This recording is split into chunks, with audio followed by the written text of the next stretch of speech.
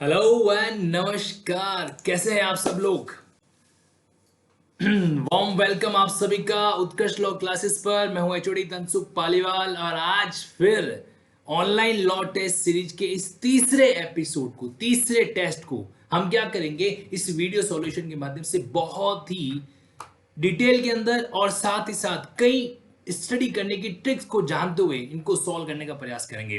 तो तैयार हो? आपका थम्स अप आना चाहिए, लगना चाहिए मुझे कि बिल्कुल जो जोश कैमरे के इस साइड वहीं उतनी की उतनी एनर्जी आप लोगों के अंदर भी दिखनी चाहिए। अगर यस, चलिए आपकी आवाज, आपका अफर्मेटिव आंसर, आपका एक पॉजिटिव सिग्नल मेरे कानों तक आ रहा है और इसी को एक्सेप्ट करते हुए शुरू करता हूं मैं आज में टेस्ट 3 के इस वीडियो सॉल्यूशन को। बट उससे पहले आपको मैं दो बातें बताना चाहता हूं। पहली बात तो ये कि जो कैंडिडेट ने टेस्ट अटेंड किया है, डजेंट मैटर उनका स्कोर किसी कारण से कम रहा हो, किसी भी कारण से उन्होंने कुछ सवालों को सही तरीके से अटेंड नहीं कर पाए, कोई फर्क नहीं पड़ता इस बात से। फर्क इस बात से जरूर पड़ता है कि आपने अटेंड करने की हिम्मत भी नहीं दिखाई, है ना। अरे मेरी तो तैयारी नहीं है, अटेंड करके क्या करूंगा, ऐसा करते शाम को सर का वीडियो सॉल्यूशन तो आएगा ना, देख लेंगे क्या है, सवाल ही तो 25 सवाल बाद में देख लेंगे। अरे फर्क पड़ता है मेरे भाई, बहुत फर्क पड़ता है इस बात से। आप मान के चलो कि जो व्यक्ति स्ट्रगल करने की डेयरिंग रखता है, जो व्यक्ति किसी भी चीज को एक्सेप्ट करने की हिम्मत रखता है, उसमें और किस्मत के भरोसे पर छोड़ने वाले दो शख्सियत के अंदर बहुत फर्क है और वो हमेशा रहेगा। और कहीं न कहीं यही डिफरेंस आगे जाके विक्ट्री और फेलियर का रूप भी ले लेती है ना। मेरी ईश्वर से प्रार्थना है आप सभी लोग कामयाबी की हर वो मंजिल प्राप्त कर सके जिसके लिए आप डिजर्व हो, जिसके लिए आप अपनी इस लाइफ में एक अलग ही तरह का संघर्ष भी कर रहे होंगे। चलिए, तो सबसे पहले तो मैं कल जो टेस्ट 2 हुआ था उसके टॉप 10 रैंकर्स की लिस्ट आपके सामने रख रहा हूं। जैसा कि आप स्क्रीन पर देख पा रहे हैं, यहां पर हमारे पास वो टॉप 10 मेंबर्स हैं जिनके द्वारा क्या किया गया है, एक अच्छी परफॉर्मेंस का नज़ारा पेश किया गया। सबसे पहले राजस्थान के जयपुर से अमिता चौधरी जी, पूनम देवी शर्मा, वो भी राजस्थान के जयपुर से हैं। जयपुर राजस्थान का हॉटस्पॉट बना हुआ है अभी कोरोना को लेकर, फर्स्ट नंबर पे चल रहा है, फर्स्ट ऐसी सिटी जहां पर मतलब आंकड़ा दिनों दिन बढ़ता जा रहा है। अनएक्सपेक्टेड नंबर्स वहां पर दिल्ली सामने आ रहे हैं। सुनील जी चंडीगढ़ उत्तराखंड से हैं। अरविंद मीणा जी मध्य प्रदेश के देवास जगह से हैं। कमल के मोदी जी राजस्थान के बीकानेर से। स्नेहलता वर्मा जी, बाकी सारे कैंडिडेट राजस्थान के दिख रहे हैं। स्नेहलता जी झुंझुनू से, शिवा बीकानेर से, अनुज न्योल जी है श्री गंगानगर, पूजा शर्मा जी दौसा से और एक और पूजा जी हैं वो जयपुर से। यानी कि 1 2 3 तीन कैंडिडेट्स हमारे जयपुर से हैं, बाकी अन्य शहरों से, अन्य राज्यों से हैं। बहुत अच्छी बात है, I personally clap for you. और बहुत अच्छी बात है कि आपने इस संदर्भ के अंदर प्रयास किया और एक अच्छी रैंक सिक्योर की। कुछ कैंडिडेट का कहना है कि सर इसमें बार बार अटेम्प्ट करने का मौका मिल रहा है, तो पहले कुछ सवाल हमारे गलत हो भी गए होंगे तो सेकंड टाइम अटेम्प्ट करेंगे तो 25 के 25 सही हो सकता है। अरे चिंता मत करो, वो री अटेम्प्ट इसलिए दे रखा है ताकि आप उसको अटेम्प्ट कर सको। बाकी रैंकिंग के पॉइंट ऑफ व्यू से जो पहला टेस्ट आप अटेम्प्ट करते हो वही कंसीडर किया जाता है। ओके, ऑटोमेटिकली वो जो उसके अंदर सेटिंग में चली जाती है। खैर रैंक मायने नहीं रखता है, अच्छी बात यह है कि आपने पार्टिसिपेट किया, वेरी गुड। चलिए, तो अब शुरू करते हैं आज के इस टेस्ट सीरीज के हमारे जितने भी कार्यक्रम हैं उन चीज़ों को। और उससे पहले एक दिल की बात जो आपके दिल तक पहुंचनी चाहिए वो ये है कि जिंदगी के अंदर खुद को पुश आपको ही करना पड़ेगा। लाइफ में आगे बढ़ना है, खुद को धक्का देना है, कोई और नहीं देने आएगा, खुद को ही पुश करना पड़ेगा। हमेशा ध्यान रखना, no one is there to push you until your success. आपकी सफलता तक जाने के लिए भैया आपको ही रास्ता आजमाना पड़ेगा। इस कोरोना के लॉकडाउन के अंदर खुद को इंटरनली तैयार कीजिए। इंसान दो तरीके से तैयार होता है, एक एक्सटर्नली, एक इंटरनली। इंटरनली तैयार करने का ये सही समय है, ये ऐसा टाइम पीरियड इसमें आप खुद को समय दे सकते हो। इनफैक्ट आपको एक छोटी सी बात बता दूं मैं, ऐसे टाइम के अंदर जहां पर पूरे इंडिया के अंदर, पूरे भारत में कहीं न कहीं 100% लॉकडाउन चल रहा है, ऑफलाइन क्लासेस नहीं चल रही है, हम लोग भी रूटीन में जहां पर सिर्फ 5 घंटे क्लासेस लेते थे, 5 आवर्स क्लासेस लेते थे, वहां पर उत्कर्ष लॉ क्लासेस डाउन नहीं और अप में चल रहा है। हम आज की तारीख में 6 से 7 घंटे कैंडिडेट्स को जो रेगुलर क्लासेस हैं वो प्रोवाइड कर रहे हैं। कारण सिर्फ एक ही है, सिर्फ एक ही कारण है कि इस समय में कैंडिडेट खुद को इंटरनली पूरा एकदम स्ट्रांग बना सके। ये चीज है जो हमें हमारे कैंडिडेट्स में दिखनी चाहिए, क्योंकि सामान्यतः तो फिर भी वो कोड जाता है, प्रैक्टिस में रहता है, तो कहीं ना कहीं उलझा हुआ रहता है बाकी के काम काज में, लेकिन अभी वो अपना फुल टाइम डिवोट कर सकता है। इसलिए हमने क्लासेस का टाइम बढ़ा दिया, हिंदी की रेगुलर क्लासेस चला रहा है, इंग्लिश की रेगुलर क्लासेस चल रहा है, लॉ भी अपनी जगह पर चल रहा है। तो कहने का मतलब ये है कि इस टाइम में फुल एनर्जी थोपिए अपनी प्रिपरेशन को, अपनी तैयारी को और अपनी मंजिल को और करीब लाने के लिए। चलिए शुरू करते हैं बिना देरी के आगे वाले इस वीडियो सॉल्यूशन को। लेके चलता हूं मैं आपको यहां पर जो हमारे 25 क्वेश्चंस हैं टेस्ट 3 के अंदर, उनके सवालों को सॉल्व करने का। वही पुरानी वाली बात, सिर्फ एक ऑप्शन पर फोकस नहीं करना है, चारों ऑप्शन को भी क्या करना है, हमें अच्छे से समझते हुए चलना है। देखिए सबसे पहले, निम्न में से कौन सा कथन सही नहीं है। सवाल यहां पर रॉन्ग स्टेटमेंट पूछ रहा है, ध्यान रखना। वही बात, नहीं को स्पेशल अटेंशन देना है, कौन सा करेक्ट नहीं उसके बारे में जानना चाह रहा है। विधि के किसी अभिव्यक्त उपबंध द्वारा सत्य कथन करने के लिए वैध रूप से आपत्ति है, यानी कि गिविंग फॉल्स एविडेंस। यहां पर हिंदी का जो इसका ऑप्शन है वहां पर कहीं कहीं ये सेंटेंस मिस हो गया है। ओके, इस सेंटेंस को आपको ध्यान में रखना है। हिंदी मीडियम के स्टूडेंट्स के लिए खासकर एक अलग से स्पेसिफिक रिक्वेस्ट करूंगा मैं एग्जाम पॉइंट ऑफ व्यू से, कभी भी आपको हिंदी के सवाल में डाउट लगे तुरंत आप क्या करो, इंग्लिश का क्वेश्चन एक बार जरूर देखिए, क्योंकि आप ये एक्सक्यूज नहीं दे पाओगे कि इंग्लिश में सही था और हिंदी में गलत था। क्यों? क्योंकि वो डिस्क्लेमर दे देते हैं शुरुआत के अंदर कि अगर हिंदी और इंग्लिश के ट्रांसलेशन में किसी तरह की कोई गड़बड़ी है भैया तो इंग्लिश वाला मान्य रहेगा। और जहां पर डिस्क्लेमर दे दिया गया है वहां पर आप इस तरह के केसेस के अंदर चैलेंज भी नहीं कर पाओगे। तो फॉल्स एविडेंस, मिथ्या साक्ष्य देने के बाद कौन सा स्टेटमेंट सही नहीं है। पहला, मिथ्या साक्ष्य वो पर्सन दे सकता है legally bound to state the truth, जो मतलब सत्य बताने के लिए लीगली बाउंड है, बाध्य है। दूसरा, make a false statement, yes ये भी सही है। Know that the statement is likely to cause injury to some person, मतलब उसको पता है कि वो जो स्टेटमेंट देगा उससे किसी व्यक्ति को क्षति पहुंचेगी। अब इस 30 को पेंडिंग रखते हैं, चौथे आंसर पे जाते हैं। Believe that the statement is false, चौथा भी करेक्ट है। देखो, आप जब कोर्ट के अंदर झूठा साक्ष्य देने जा रहे हो तो इस बात से कोई फर्क नहीं पड़ता कि आपके स्टेटमेंट से इंजरी किसी को पहुंच रही है कि नहीं पहुंच रही, अपराध तो हो गया। अगर आपके स्टेटमेंट से किसी को इंजरी पहुंचती है तो उस अपराध की सजा बढ़ जाती है, हमेशा ध्यान रखना, बट वो अपराध फॉल्स एविडेंस देने का हो जाता है। तो यहां पर करेक्ट स्टेटमेंट कौन सा नहीं है, थर्ड है, वो स्टेटमेंट करेक्ट नहीं है। आपके इंडियन एविडेंस एक्ट के अंदर स्पेसिफिकली सेक्शन 191 से लेकर 229 तक आप सेक्शन पढ़ोगे तो वहां पर गिविंग फॉल्स एविडेंस वाले कई प्रावधान इस तरह से मिलेंगे, जिसमें से सबसे पहला जो सेक्शन है वो इसी में डील करता है। इनफैक्ट ये सवाल भी वहीं से डायरेक्ट कर रखा है। तो फॉल्स एविडेंस के संबंध में सारी बातों को समझना चाहिए। फॉल्स एविडेंस में और फॉर्जरी द्वारा जो फॉल्स डॉक्यूमेंट बनाए जाते हैं 470 वाले, इनका क्या कनेक्शन है ये आपको देखना चाहिए लिंकिंग मेथड के माध्यम से। चलिए अगला सवाल हमारा, पब्लिक सर्वेंट जो क्या कर रहा है, डिसओबे कर रहा है डायरेक्शन ऑफ लॉ को, लॉ की बातों को डायरेक्शन कर रहा है। उद्देश्य क्या है, क्यों कर रहा है ऐसा? With intent to save the person from punishment, किसी व्यक्ति को पनिशमेंट से बचाना, या फिर और प्रॉपर्टी फ्रॉम फॉरफिट, या फिर प्रॉपर्टी को फॉरफिट होने से, संप्रहित होने से बचाने के लिए उस केस में सजा का प्रावधान क्या होता है। देखो ये क्वेश्चन मैंने आपको यहां पर टेस्ट सीरीज में एक नई बात बताने के लिए रखा है। आपके एग्जाम के अंदर आईपीसी के ऐसे सवाल जिसमें वो डायरेक्ट पनिशमेंट पूछ रहा है, उन सवालों का जवाब देना है तो भैया आपको एक शानदार ट्रिक, एक शानदार रीजन, स्ट्रेटजी पता होनी चाहिए। उस स्ट्रेटजी की एक छोटा सा हिंट मैं आपको जरूर बताता हूं, क्योंकि वो स्ट्रेटजी अपने आप में कम से कम 1-2 घंटे का लेक्चर है अपने आप में, जिसको मैं इस टेस्ट सीरीज के दौरान तो नहीं कर सकता। रेगुलर क्लासेस में हम जरूर इस तरह से पूरा डिटेल डिस्कशन करते हैं कि किस तरीके से कौन कौन सी पनिशमेंट को कहां पर याद रखना है, किस तरीके से याद रखना है। कुछ सैंपल आज मैं आपको जहां पर जरूर दूंगा। देखिए वो सवाल पर्टिकुलरली जैसे एग्जाम्पल के तौर पर जिसमें डेथ सेंटेंस वगैरह हो, उनको आप बिल्कुल भी लर्न करने का प्रयास कीजिए। ये एक छोटी सी ट्रिक आप मेरी तरफ से रख लीजिए, है ना। अब यहां पर इस सवाल का आंसर रहेगा 2 वर्ष का कारावास, क्योंकि ऐसे सवाल हैं वो भैया याद नहीं रहते हैं। सीधा सा फंडा है, बी ह्यूमन बीइंग। प्रैक्टिकल बात करूंगा, दूसरी बातें मुझे नहीं आती।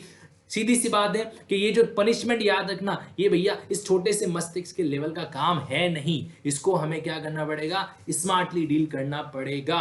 जो स्टूडेंट सेल्फ स्टडी करते हैं मैं उनको सजेस्ट करूंगा कि अपने लेवल पे ऐसा कुछ मेथड डेवलप कीजिए जिसके माध्यम से आप क्या कर सकें, इनको स्मार्टली लर्न कर सकें। ओके, मौका मिला तो उस पर एक सेपरेट वीडियो जरूर बनाऊंगा। आगे बढ़ते हैं यहाँ पर। देखिए तीसरा सवाल है आपका, जेड क्या है, एक अनसाउंड माइंड पर्सन है। ओके, वो ए को मारने का प्रयास करता है, अटेम्प्ट टू किल, उसको मारने का प्रयास करता है। Which one of the following statement correct है, इनमें से कौन सा स्टेटमेंट आईपीसी के अकॉर्डिंग करेक्ट होगा, सही कथन का आपको चुनाव करना है। देखो अनसाउंड पर्सन है तो हमें पता है सेक्शन 84 के अंदर अनसाउंड पर्सन के द्वारा कोई भी एक्ट किया जाता है तो वो ऑफेंस की कैटेगरी से बाहर हो जाता है, ठीक है। लेकिन उसके एक्ट के अगेंस्ट क्या सामने वाले को प्राइवेट डिफेंस का राइट है, यहां पर आएगा हमारा सेक्शन 98। दो सेक्शन को लिंक करके, दो सेक्शन को एक साथ यूज करके ये सवाल क्रिएट किया गया है, ध्यान रखना। तो यहां पर क्या होगा, जेड अपराधी भी नहीं होगा, लेकिन जो ए है उसको प्राइवेट डिफेंस करने का अधिकार भी आएगा। ये आपका आंसर यहां पर मिलेगा फोर्थ के अंदर। Z is not guilty, Z अपराधी नहीं होगा, लेकिन ए को प्राइवेट डिफेंस करने का अधिकार है। तो यहां पर 84 और 98 की कंबाइंड स्टडी होनी चाहिए। और साथ ही साथ जब वर्ड अनसाउंड माइंड आता है तो आपको ये भी पता होना चाहिए कि सीआरपीसी में कहां पर जाके आप उसको लिंक कर सकते हो। मेरे दोस्तों एक बात हमेशा ध्यान रखना, आपकी तैयारी पर कभी भी कोई प्रश्नवाचक चिन्ह नहीं लगा सकता, लेकिन प्रिपरेशन में और लॉजिकल प्रिपरेशन के अंदर और लिंकिंग प्रिपरेशन के अंदर तीनों चीजों के अंदर फर्क है और रहेगा। वो आपको थर्ड मेथड डेवलप करना है। अनसाउंड माइंड पर्सन की ट्रायल, अनसाउंड माइंड पर्सन द्वारा किए जाने वाला अपराध, अनसाउंड पर्सन के एक्ट के अगेंस्ट प्राइवेट डिफेंस का राइट, इन सारी चीजों को एक जगह इकट्ठा कीजिए, सारा फंडा ही क्लियर हो जाएगा। ओके, आगे बढ़ते हैं। यहां पर अगला सवाल है, प्राइवेट डिफेंस का अधिकार उपलब्ध नहीं है कहां पर। 98 के तहत आप अगेंस्ट इंसेंट पर्सन के खिलाफ भी, विकसित व्यक्ति के खिलाफ भी प्राइवेट डिफेंस यूज कर सकते हो, चाइल्ड के खिलाफ भी कर सकते हो। लेकिन अगर आप पब्लिक अथॉरिटी को रिकॉर्ड्स कर सकते हो तो वहां पर ये राइट अवेलेबल नहीं रहता है। कहां दे रखा है ये, सेक्शन 99 जब आप पढ़ोगे तो वहां पर तीन ऐसी सिचुएशन दे रखी है जहां पर आप प्राइवेट डिफेंस का राइट एक्सरसाइज नहीं कर सकते। अब आपके लिए एक सवाल है, प्राइवेट डिफेंस का सेक्शन 300 से कुछ कनेक्शन है, प्राइवेट डिफेंस का सेक्शन 300 से कनेक्शन है, अरे जोड़ो, यही तो मजा होता है आईपीसी को पढ़ने का। ओके, आगे बढ़ता हूं। यहां पर अगला सवाल है, आईपीसी के किस भाग में शरीर की प्राइवेट डिफेंस करते समय आप सामने वाले की क्या कर सकते हो, डेथ कारित कर सकते हो, मृत्यु कारित कर सकते हो। देखो सारी प्राइवेट डिफेंस के अंदर ध्यान से सुनना, ऑल प्राइवेट डिफेंस के अंदर आप सामने वाले को मार नहीं सकते, सामने वाले को दी एंड नहीं कर सकते। ऐसी सिर्फ 7 सिचुएशंस आपको दे रखी हैं और वो 7 सिचुएशन पहले 6 ही थी, उसके अंदर एक बाद में जोड़ी गई थी 6+1 2013 के अमेंडमेंट के द्वारा एसिड अटैक वाले प्रावधानों को छोड़ने के अलावा। तो एसिड अटैक के मामलों के अंदर भी आप सामने वाले की मृत्यु कैद कर सकते हो। उसके अलावा टोटल 7 केसेस है और ये 7 केसेस आपको दे रखे हैं सेक्शन 100 के अंदर। एग्जाम्पल, असॉल्ट करते हो और आपका इंटेंशन है सामने वाले को मारना, डर है क्या मुझे मारा जा सकता है, तो आप सामने वाले को भी मार सकते हो। ग्रीवियस हर्ट, घोर उपति कारित करने का है, रेप के मामले हो या फिर कोई अपनी अननेचुरल लस्ट को सेटिस्फाइड करने का प्रयास करे या फिर रॉन्गफुली कन्फाइन करे और आपके पास पब्लिक अथॉरिटी को एक्सेस करने का कोई रास्ता ना हो, इस तरीके से सारी चीजें मिलाते हुए टोटल 7 कैटेगरी जैसी बनेगी जहां पर आप क्या कर सकते हो, प्राइवेट डिफेंस को एक्सरसाइज करते हुए सामने वाले की डेथ भी कर सकते हो। ओके, अगला सवाल यहां पर, पति और पत्नी, एक पत्नी अपने पति से क्या करता है, 125 की कार्रवाई के तहत भरण पोषण का दावा किन मामलों में नहीं कर सकती, राइट मेंटेनेंस, वहां पर आपको सीआरपीसी में ऐसा प्रावधान दे रखा है। ये एकमात्र ऐसी चीज है जहां पर जजमेंट नहीं आता है, यहां पर क्या आता है, ऑर्डर आता है। कभी सोचा है, नहीं सोचा तो अब सोचिए 125 पर क्यों सीआरपीसी का जजमेंट वाला पोर्शन डायरेक्टली अप्लाई नहीं होता, ये सोचने वाली बात है।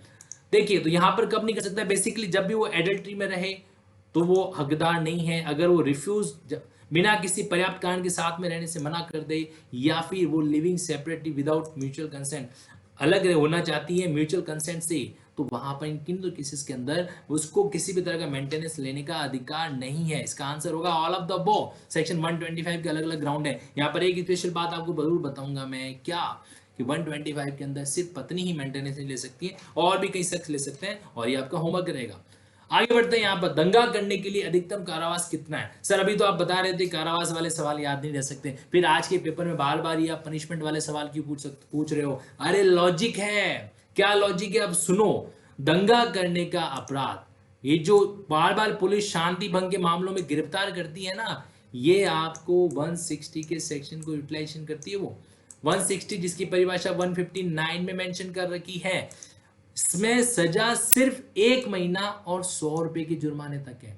कितनी सजा है, सिर्फ चौथा ऑप्शन इसका करेक्ट आंसर है, 1 महीना और जुर्माना।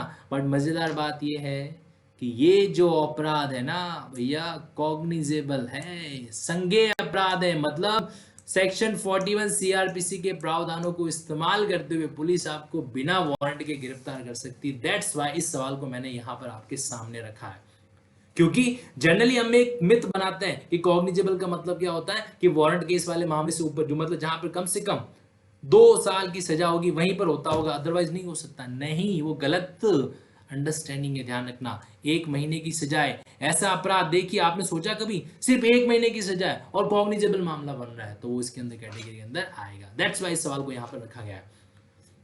अगला सवाल है यहाँ पर, निम्न में से कौन सा कथन सही नहीं है? निम्न में से कौन सा स्टेटमेंट सही नहीं है? पहला, दुष्प्रेरण का दुष्प्रेरण अपराध नहीं होता है। देखो इस सवाल में थोड़ा सा आपको स्मार्टली डील करना है। पहली बात, ऑब्वियसली बात है, इसका आंसर तो 1 है। आंसर तो क्या रहेगा? 1 रहेगा, क्योंकि बाकी का आंसर सही है। हमें कौन सा पकड़ना है, कौन सा सही नहीं है।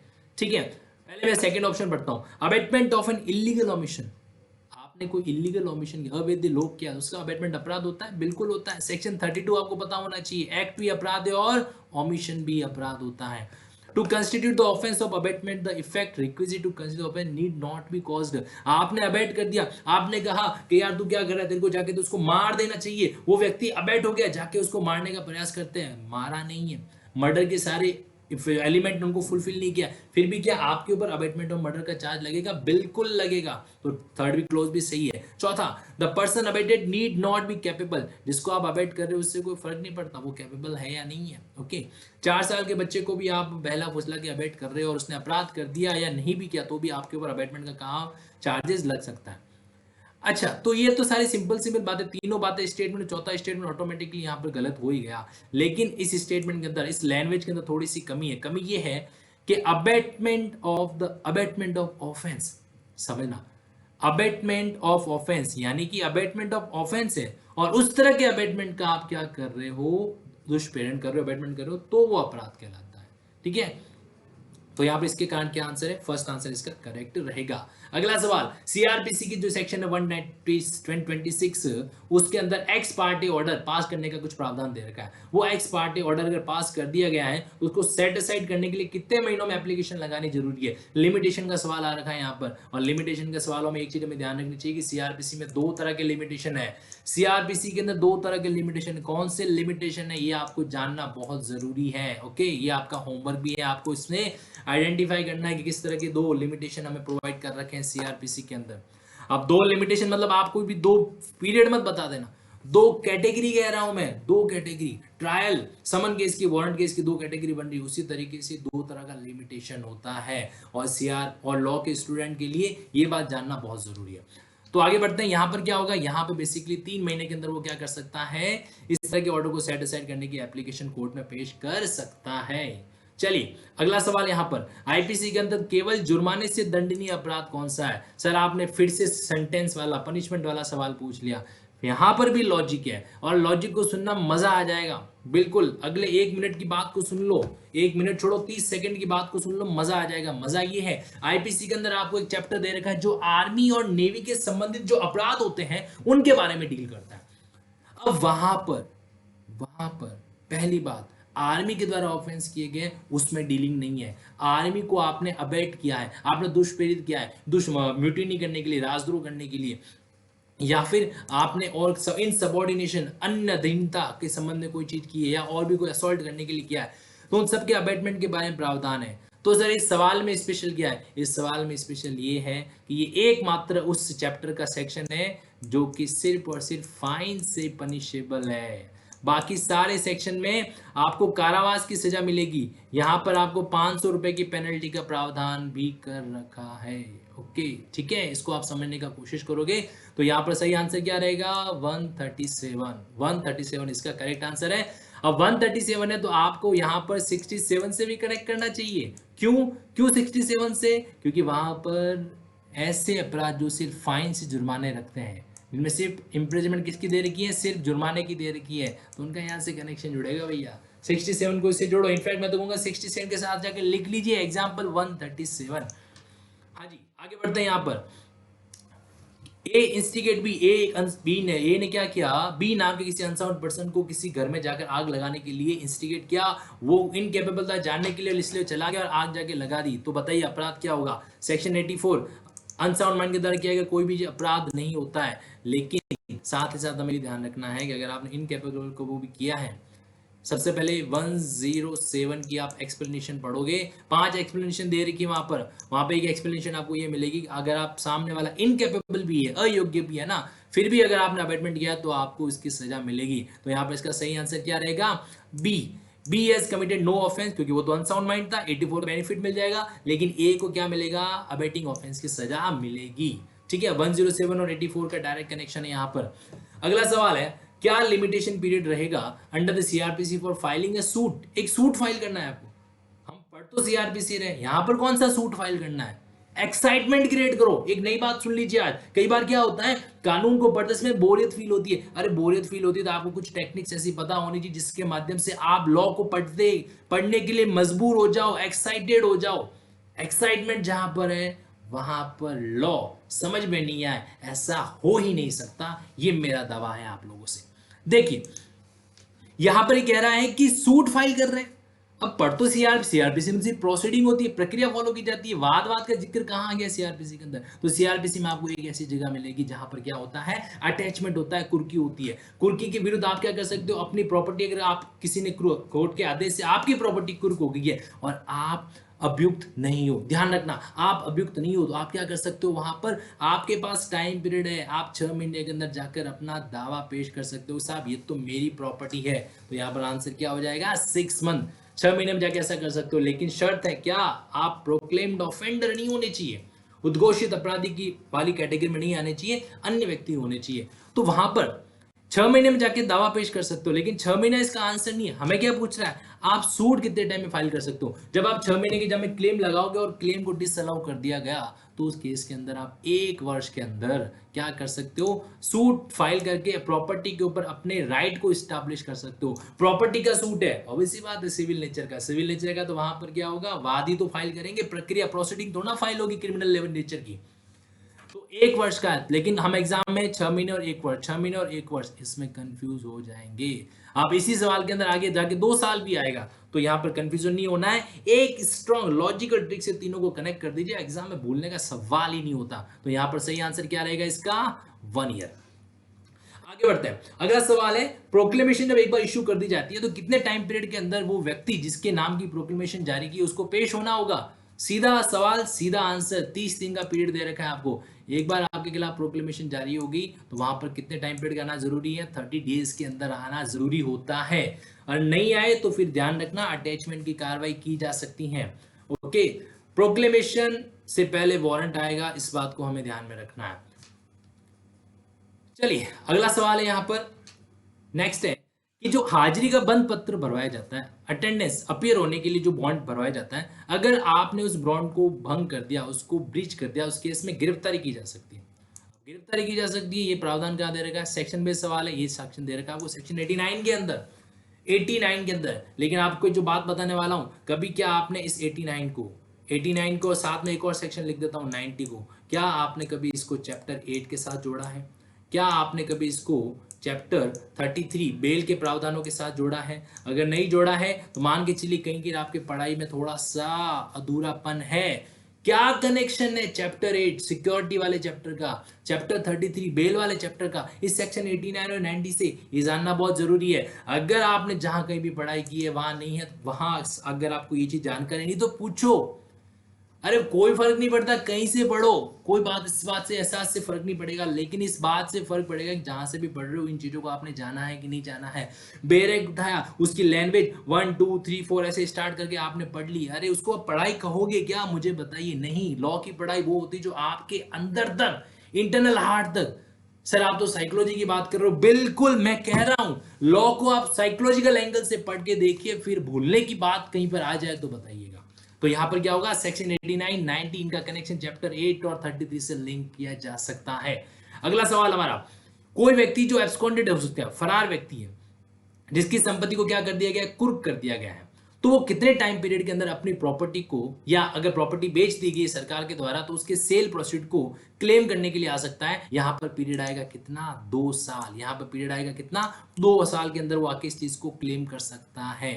तो देखो एक जगह क्या पर आया 6 महीने, फिर आया 1 साल, फिर आया 2 साल। इन सबको लॉजिकली कनेक्ट करना बहुत जरूरी है सर, समझ रहे हो आप इस चीज को। आगे बढ़ते हैं, अगला सवाल। सीआरपीसी की सेक्शन 82 के तहत उद्घोषणा उस व्यक्ति के विरुद्ध की जा सकती है जिसके विरुद्ध वारंट जारी किया गया। पहले वारंट जारी करेंगे और उसके बाद क्या करते हैं, प्रोक्लेमेशन करते हैं। ये तो सही बात है। अब ये पूछना क्या चाह रहा है, ये कह रहा है बताओ the proclamation can be issued against which of the following, निम्न में से किसके विरुद्ध प्रोक्लेमेशन जारी की जा सकती है। देखो प्रोक्लेमेशन जारी करने के लिए कोई बात इस बात से फर्क नहीं पड़ता कि सामने अपराधी ही होना चाहिए। प्रोक्लेमेशन उस विटनेस के खिलाफ भी हो सकती है, उस प्रतिभू श्योरिटी के खिलाफ भी हो सकता है जिसने बॉन्ड भरा और बॉन्ड भरने के बाद किसी भी कारण से अपीयर नहीं हो पा रहा है या और भी कोई केस हो। तो यहां पर आंसर क्या रहेगा, ऑल ऑफ द अबव। फिर से वही बात, इस सेक्शन को आपको 82 मतलब चैप्टर 8 और चैप्टर 33 से भी लिंकिंग स्टैब्लिश करनी रहेगी। और सिर्फ यहां तक नहीं, यहां पर जजमेंट के अंदर भी एक ऐसा पोर्शन आएगा जो इससे डायरेक्टली क्या होता है, कनेक्ट होता है। अगला सवाल हमारा, निम्न में से कौन किसी भी डाक या तार अधिकारी की अपेक्षा के लिए दस्तावेज, पार्सल या किसी अन्य के विरुद्ध तलाशी वारंट जारी कर सकता है। देखो ऐसा है कि जो टेलीग्राम अथॉरिटी होती है, टेलीग्राफ अथॉरिटी, उसके लिए थोड़े से विशेष प्रावधान है, एक छूट दे रखी है। वहां पर कोई हर कोई मजिस्ट्रेट ऑर्डर नहीं कर सकता जाके कोई चीज को प्राप्त करने का। वहां पर फिक्स है कौन जा सकता है, डीएम जा सकता है, सीजीएम जा सकता है, सेशन जा सकता है। हाईकोर्ट का आदेश के तहत क्या की जा सकती है, सर्च की जा सकती है, सर्च वारंट जारी किया जा सकता है। अन्य कोई भी मजिस्ट्रेट नहीं कर सकता। लेकिन एग्जाम के अंदर सवाल पूछा गया, बताओ इसके संबंध में अन्य मजिस्ट्रेट की क्या पावर है। क्या लिख के आओगे, कोई पावर नहीं है। इतना लिख के आओगे, 3 नंबर में से आधा नंबर भी देगा कि नहीं देगा, नॉट श्योर। तो यहां पर आपके लिए सवाल ये भी है कि 92 में अन्य मजिस्ट्रेट के पास कुछ तो पावर होगी। अरे कुछ तो दिया होगा बेचारों को, पता लगाओ इस चीज का, एक्साइटमेंट क्रिएट करके जाके अब जाके 92 का सेकंड पैराग्राफ पढ़ना। सवाल क्या है आपके मस्तिष्क के अंदर, इसको बोला जाता है question method, question creating method. मस्तिष्क के अंदर एक सवाल क्रिएट करो, फिर उसका आंसर ढूंढने के लिए जाइए और उस प्रोविजन को पूरा पोस्टमार्टम कर दीजिए।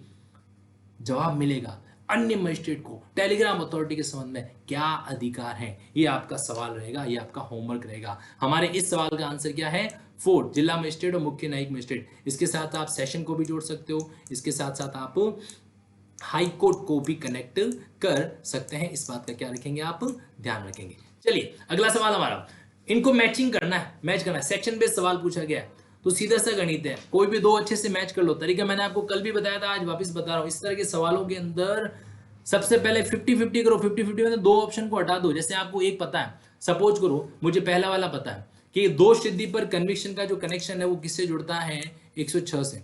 106 से जुड़ता है। तो ए का 4 आंसर कहां पर है, तो ए का 4 आंसर एक तो यहां पर है 2 वाले के अंदर, और एक और कहां पर है, एक आपके 4 वाले के अंदर। तो पहली बात, बाकी के ऑप्शन तो हट गए, ए और बी ये तो ऑप्शन है ही नहीं ना, ए और सी तो ऑप्शन है ही नहीं। यहां तो या तो 2 होगा या 4 होगा।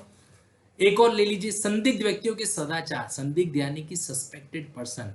देखो आपको एक ट्रिक बताता हूं, ट्रिक ये है कि राजद्रोह फैलाने वाले संदिग्ध व्यक्ति हमेशा आदतन होता है। ये स्टेटमेंट सुना आपने, राजद्रोह के बारे में फैलाने वाले, सिडिशन की मैटर फैलाने वाले जो संदिग्ध व्यक्ति होते हैं वो हमेशा क्या होते हैं, अभ्यस्त होते हैं, आदतन होते हैं। इस तरीके से आप सेक्शन 108, 109, 110 के बीच में एक लिंक स्टैब्लिश करते हो। जरा इस प्रैक्टिस को कीजिएगा अपने रेल पे।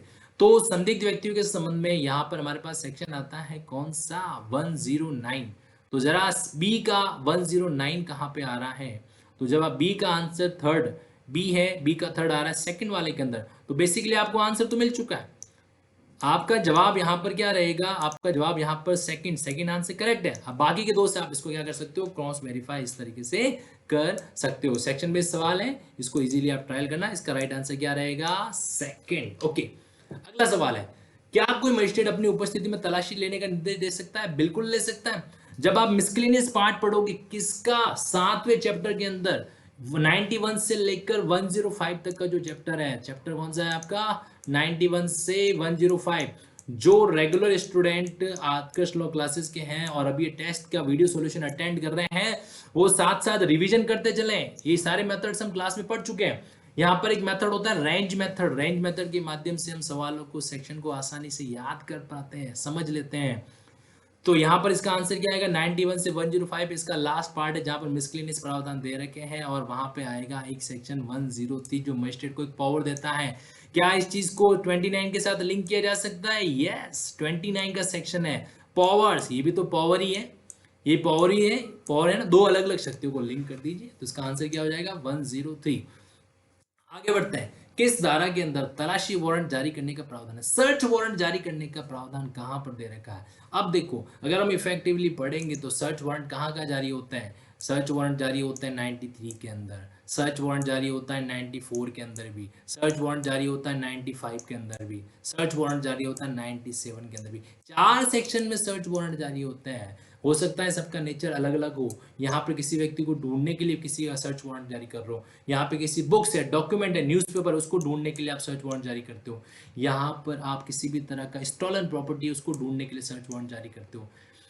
तो और 93 में जनरल सर्च वारंट होता है। तो बेसिकली इसका आंसर अगर आप ढूंढोगे ना तो यहाँ पर आंसर 2 है, 93 भी है। आपके शायद ऐप के अंदर जो टेस्ट है वहां पर आपको यहाँ पर 95 लिखा हुआ है, 95 लिखा हुआ रहेगा, कोई बात नहीं, दोनों करेक्ट है। बेसिकली इस सवाल के अंदर दो जवाब है, आपका सेकंड वाला आंसर भी रहेगा और थर्ड भी रहेगा, दोनों ऑप्शन है। जिन्होंने दोनों में से कोई भी क्लिक किया है उनका आंसर करेक्ट है यहाँ पर। हालांकि आपको एक बात बता दूं 95 के अंदर सर्च वारंट दूसरी स्टेज पर जारी होता है, पहले डिक्लेरेशन की जाती है उसके बाद दूसरी स्टेज पर आता है, इसलिए बेस्ट अप्रोप्रिएट आंसर तो यहाँ पर 93 है, लेकिन ऑब्वियस सी बात है दोनों आंसर यहाँ पर क्या है करेक्ट होंगे।